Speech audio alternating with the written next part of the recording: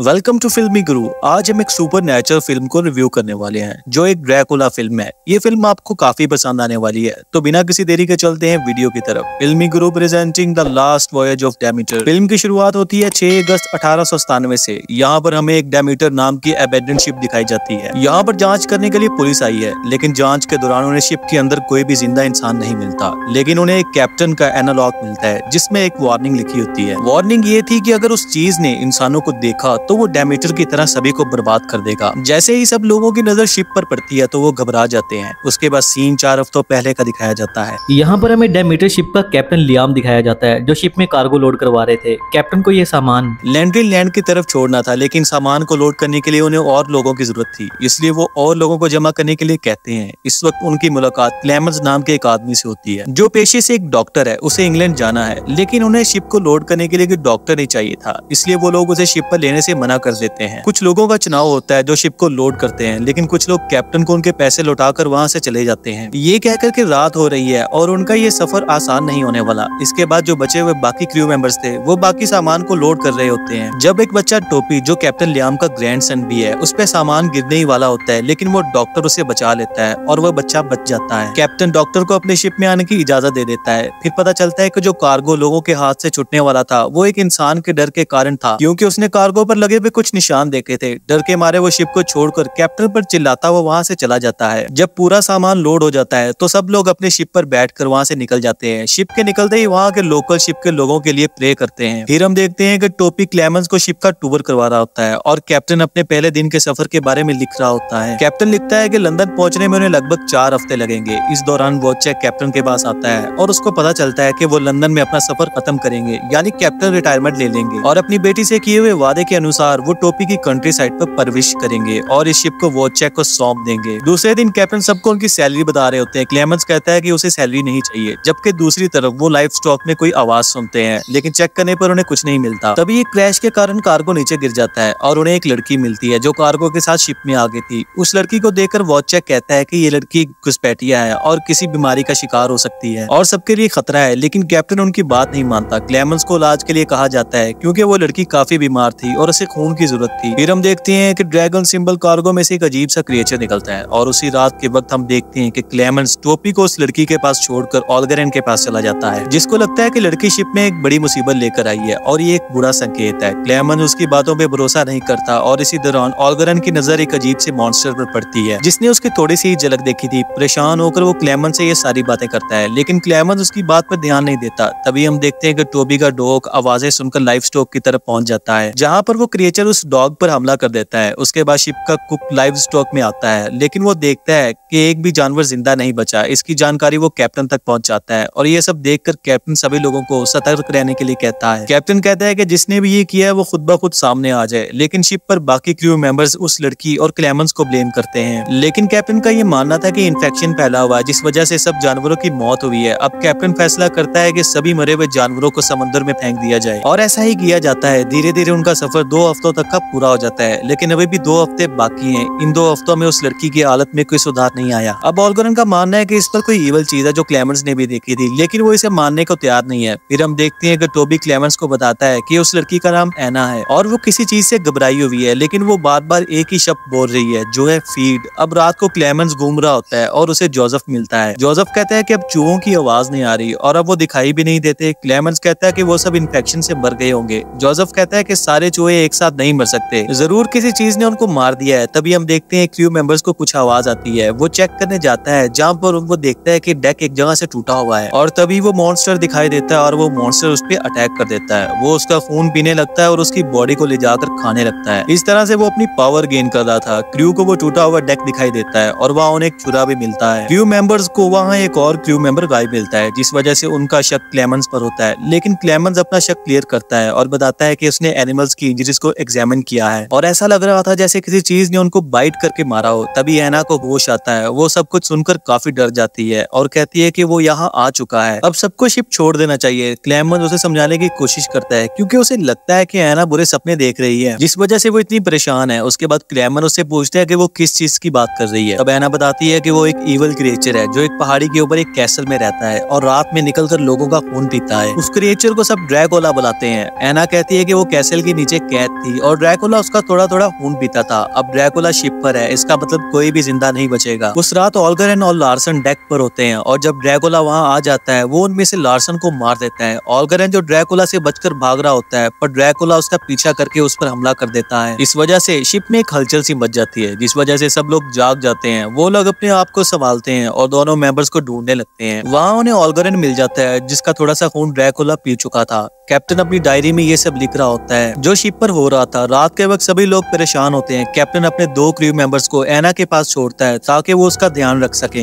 बाकी लोग वॉचचेक के साथ शिप की तलाशी लेने निकलते हैं। अब ऑल्गरेन को बांध दिया जाता है बाकी लोगों की सेफ्टी के लिए क्योंकि वो इन्फेक्टेड हो गया था, लेकिन उन लोगों को कुछ भी नहीं मिलता क्योंकि उनकी बॉडीज ड्रैकुला पहले ही ठिकाने लगा चुका था। अब कैप्टन टोबी को अपने कैबिन में छोड़कर चले गए थे। तब हम ड्रैकुला को बाहर आते हुए देखते हैं। अब ऑल्गरेन एक वैम्पायर में बदल जाता है और बाहर निकलता है। टोबी वहाँ घूम रहा होता है तो वो ड्रैकुला उस पर अटैक करने के लिए बढ़ता है, लेकिन वो अपने आप को कैबिन में बंद कर लेता है और मदद के लिए पुकारता है। उसकी आवाज सुनकर सब लोग वहाँ पहुंच जाते हैं और हम बाहर ऑल्गरेन को देखते हैं जो उन पर अटैक कर देता है जिसे वॉचचेक रोकता है। कैप्टन और क्लेमेंस कैबिन का लॉक तोड़ने की कोशिश करते हैं, लेकिन तब तक ड्रैकुला टॉबी पे अटैक करके उसका खून पी चुका होता है। तभी एना आती है और कैबिन का लॉक शूट करके तोड़ देती है और ड्रैकुला वहाँ से भाग जाता है। वो सब टॉबी को संभालने की कोशिश करते हैं जिससे क्लेमेंस पर ब्लड लग जाता है। वो सब बहुत ज्यादा परेशान हो जाते हैं। 1 अगस्त आ जाता है और लंदन पहुंचने में 5 दिन पड़े थे क्योंकि सभी लोग ड्रैकुला के अटैक के बाद घबराए हुए थे। ऑल्गरेन को शिप के टॉप पे बांध दिया जाता है जिससे वह धूप पड़ने से जलने लगता है और वो चेक उसको शूट कर देता है। क्लेमेंस कहता है कि जो सिम्टम्स ऑल्गरेन में आए थे वो टॉबी में भी आए होंगे, तो वो चेक कहता है कि हमें उसे खत्म कर देना चाहिए। क्लेमेंस कहता है कि हमें उस चीज को ढूंढना होगा जिससे टॉबी को बचाया जा सके। अब क्लेमेंस एना के साथ क्रेट्स को चेक करने जाता है। उन्हें क्रेट्स तो मिल जाते हैं लेकिन ड्रैकुला उस जगह पर नहीं था और दूसरी तरफ ड्रैकुला शिप से भाग रहे जोसेफ को पकड़कर उस पर अटैक कर देता है और उसे मार देता है। क्लेमेंस और एना बात करते हैं कि ड्रैकुला का शिपमेंट एक प्राइवेट शिपमेंट था जिसमें ऑनर का नाम नहीं था। एना बताती है कि ड्रैकुला को लंदन भेजा जा रहा था क्योंकि उसकी कंट्री में अब और कोई इंसान नहीं बचा था जिसको वो फीड कर सके। नेक्स्ट डे टॉबी खत्म हो जाता है जिससे कैप्टन पूरी तरह से टूट जाता है। कैप्टन अपनी बेटे से किया हुआ वादा नहीं निभा पाता। कैप्टन को उसकी बॉडी मूव होती हुई फील होती है और वो उसकी बॉडी को अनकवर करते हैं। दरअसल वो भी एक वैम्पायर बन गया था। वो उन पर अटैक करने लगता है लेकिन धूप के आने की वजह से वो जलने लगता है और उसे पानी में फेंक दिया जाता है जिससे वो पूरी तरह से खत्म हो जाता है। सभी लोग थक चुके होते हैं और क्लेमेंस प्लान बनाता है कि उन्हें ड्रैकुला से कैसे निपटना है। ड्रैकुला को ट्रैप करना होगा क्योंकि वो पकड़ में नहीं आता, वो उसे ऐसे तो नहीं मार सकते, इसलिए उन्हें ड्रैकुला को शिप के साथ ही दबोना होगा। अब क्लेमेंस कैप्टन के पास जाता है और उनसे सारी बातें करता है लेकिन कैप्टन इसके खिलाफ थे क्योंकि ड्रैकुला ने उनसे वादा किया था कि वो टोबी को वापस दे देगा, जिस पर एना समझाती है कि ये सारी झूठी बातें हैं। ड्रैकुला हमारे इमोशंस को हमारे खिलाफ इस्तेमाल कर रहा है। वो अपनी कहानी भी बताती है जिसमें ड्रैकुला उसे बॉक्स में रखकर उसका खून पीता था। अब कैप्टन समझ जाता है और कहता है कि शिप को आखिरी बार वही चलाएंगे क्योंकि जिसके लिए वो जीना चाहते थे यानी कि टॉबी अब वो नहीं रहा। अब रात हो चुकी थी और ट्रैप वो लगा देते हैं लेकिन ड्रैकुला को मारना इतना आसान नहीं था। वो काफी चालाक था और अटैक करके क्रू मेंबर को खत्म कर देता है। अब वो चेक इंजर्ड हो जाता है और डेक के नीचे गिर जाता है। वो शिप में छेद करने लगता है लेकिन ड्रैकुला वहां पहुंचकर उसे मार देता है और तभी ड्रैकुला कैप्टन के पास आता है और उन्हें भी खत्म कर देता है। वो क्लेमेंस से कहते हैं कि दुनिया को सारी बातें बताए कि ये कहानी सच्ची है। अब क्लेमेंस चिल्लाकर ड्रैकुला को चैलेंज करता है कि वो कोई गॉड नहीं है। ड्रैकुला उस पर अटैक करता है लेकिन एना शूट कर देती है। ड्रैकुला एना को पकड़ लेता है। क्लेमेंस उसे बचाने जाता है। ड्रैकुला उसे मारने ही वाला होता है। क्लेमेंस कहता है कि वो उससे नहीं डरता और ड्रैकुला कहता है कि वो जरूर डरेगा। तब तक एना शिप की रस्सी काट देती है और ड्रैकुला एक बड़े से पोल के नीचे दब जाता है। एना और क्लेमेंस पानी में जंप कर देते हैं। ये सीन मूवी के स्टार्टिंग वाले सीन से मिलता है। शिप किनारे पर पहुंचती है। ड्रैकुला वहां से भाग चुका था और क्लेमेंस और एना तैरते हुए कहीं और पहुंच गए थे। अब एना वैम्पायर में बदलने लगती है। वो क्लेमेंस से आखिरी बार बात करती है और सूरज निकलते ही पहली किरण के साथ वो भी मर जाती है। कुछ देर बाद हम क्लेमेंस को देखते हैं जो लंदन में है। अब सब जगह घोस्ट शिप की बातें हो रही हैं जिसमें कोई नहीं बचा था। क्लेमेंस और ड्रैकुला बचे थे और ये बात किसी को नहीं पता थी। क्लेमेंस सबको कहता है कि ड्रैकुला शहर में आ चुका है जिसके बारे में कोई नहीं जानता ताकि वो अपना बदला ले सके और यहाँ पे ये मूवी खत्म हो जाती है। सो गाइज, ये वीडियो कैसा लगा आपको हमें कमेंट करके जरूर बताइएगा और अगर आप चाहते हैं कि ड्रैकुला आपको भी ना काटे तो चैनल को सब्सक्राइब कर लें और वीडियो को लाइक करना बिल्कुल भी ना भूलें। तो अब मिलते हैं नेक्स्ट वीडियो में, तब तक के लिए टेक केयर और गुड बाय।